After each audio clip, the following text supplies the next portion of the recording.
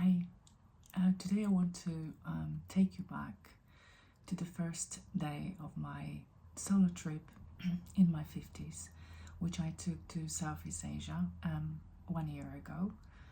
And this trip was all about the internal journey and learning about myself, especially after a breakup from a very long relationship. And the title of my thumbnail is Empty. This is the way it starts. Because it's true, and I want to tell you why and what happened on the first day when I arrived in Thailand that showed me that an empty space is a good space to start with. I took the trip when I knew that I couldn't save the relationship, that it's just undoable, because sometimes we live in this illusion that we can save the relationship, especially if it was a long one of 30 years. You really try.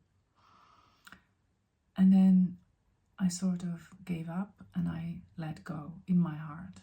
And then I decided to take this trip, and I decided that I'm not going to plan any details or see places on my checklist. This was more internal journey. And prior to this journey, I was writing morning pages for quite a long time, for 2 years. And the morning pages is the book that really changed my life. This is the book, The Artist's Way by Julia Cameron. And this is actually the book that helps you to declutter many things in you. So worries, negativity, internal rubbish. It doesn't happen overnight. It happens when you are consistent and when you show up for yourself. I wanted to tell you about this Artist Way book because I was also watching a film that was very close to my heart, and I come back to this film at least once a year, and it's called Eat, Pray, Love. And Eat, Pray, Love is the film that was created on the script of the book of Elizabeth Gilbert, who also said that if she didn't do the morning pages, she wouldn't have written the Eat, Pray, Love. And there is one scene in this film that really strikes me every time I watch it. And this is kind of relevant to this video because it is a scene where Liz is sitting with Richard and he's telling her that she needs to let go and she needs to surrender. And only then, when she has an empty space in herself, the cosmos or the universe can rush in with something new. And we don't really know what this new is, but it's not going to happen until we clear the space within ourselves. So for me, it was also very important to start clearing what I had inside, so I can be better prepared for the journey and for the whole new world that's going to unfold in me. So I was writing and writing and writing every day at 5 o'clock in the morning when nobody wanted anything from me. There was quiet, there were birds outside. It was my moment. So in a way, I learned how to find a space for myself at 5 o'clock in the morning. I didn't have it for the whole day. I'm busy at work. I have work that really consumes me in a way. So, I have to give a lot.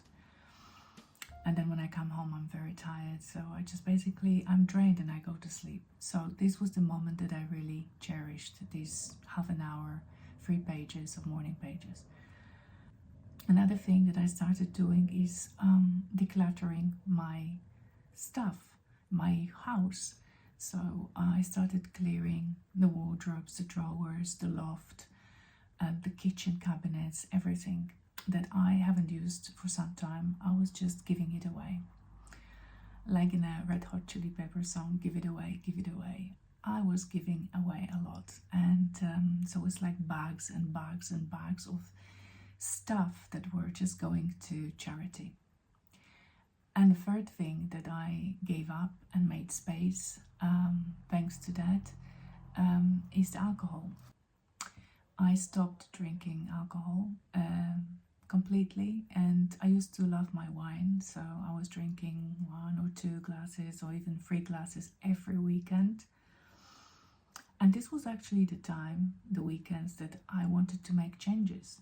I wanted to be creative, but the wine didn't do me any good, and I was just left me sluggish, no energy, apathetic, not motivated, and a lot of fears as well. I had a lot of fears, I've noticed, the day after I was drinking wine, and then the sleep as well. I started having a lot of problems with sleeping. And I knew that I was going on this trip, and I said to myself, what's the point of going if I will be like treating myself to wine and then not doing anything? I will be just behaving like a normal tourist, which I didn't want at all. I wanted to explore, I wanted to be creative, curious, motivated. So I knew that alcohol had to go.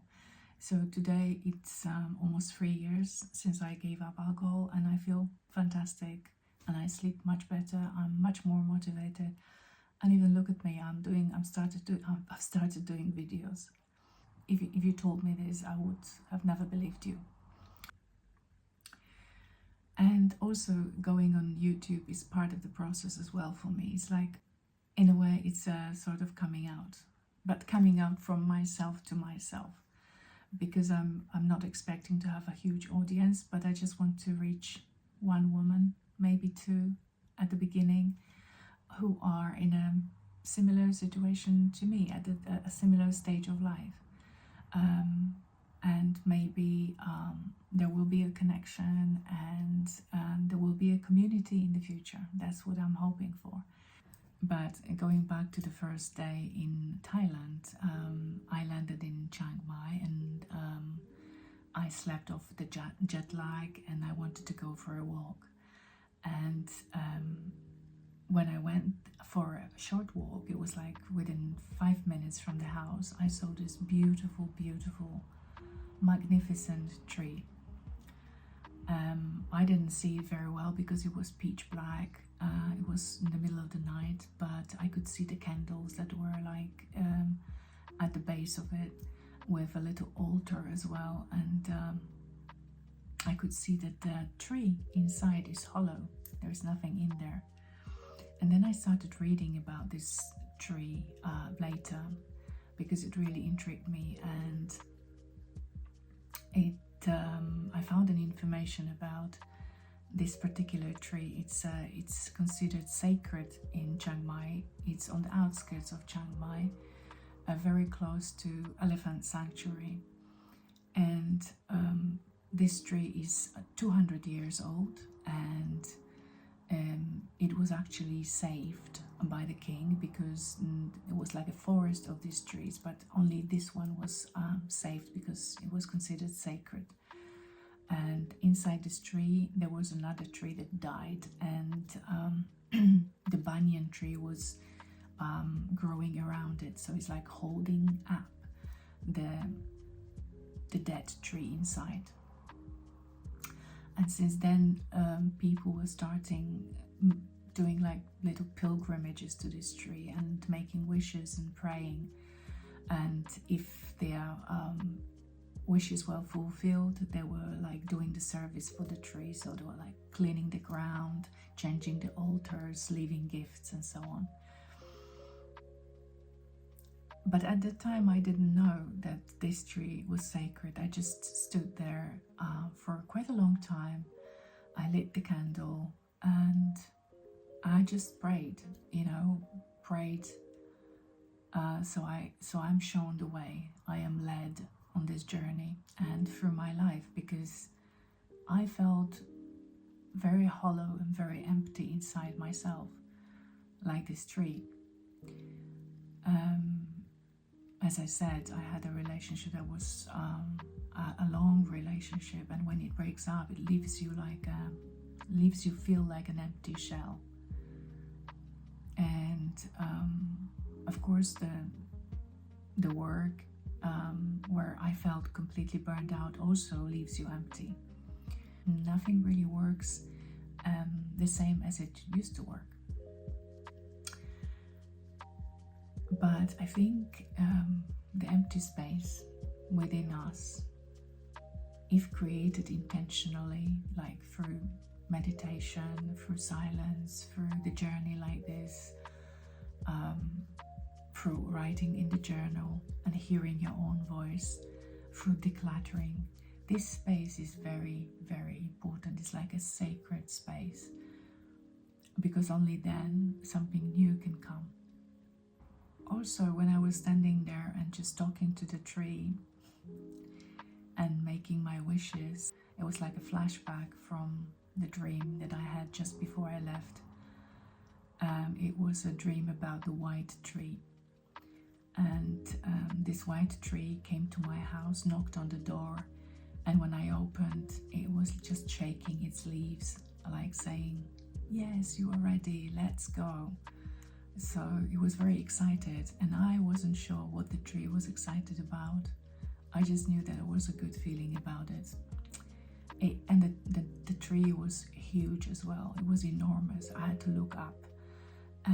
It was like 3 times the size of my house. I thought to myself when I was standing next to this banyan tree in Chiang Mai, oh my God, this is exactly like my tree from the dream.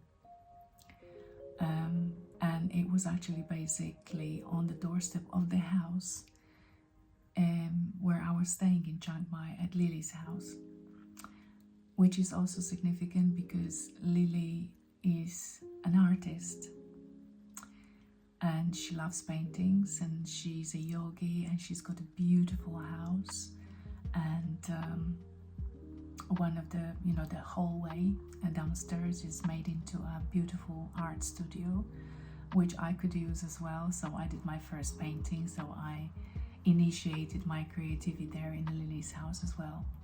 But on one of the walls there was one of her paintings, which was a white tree. It reminded me of the tree from my dream, and all of these things were happening like within months.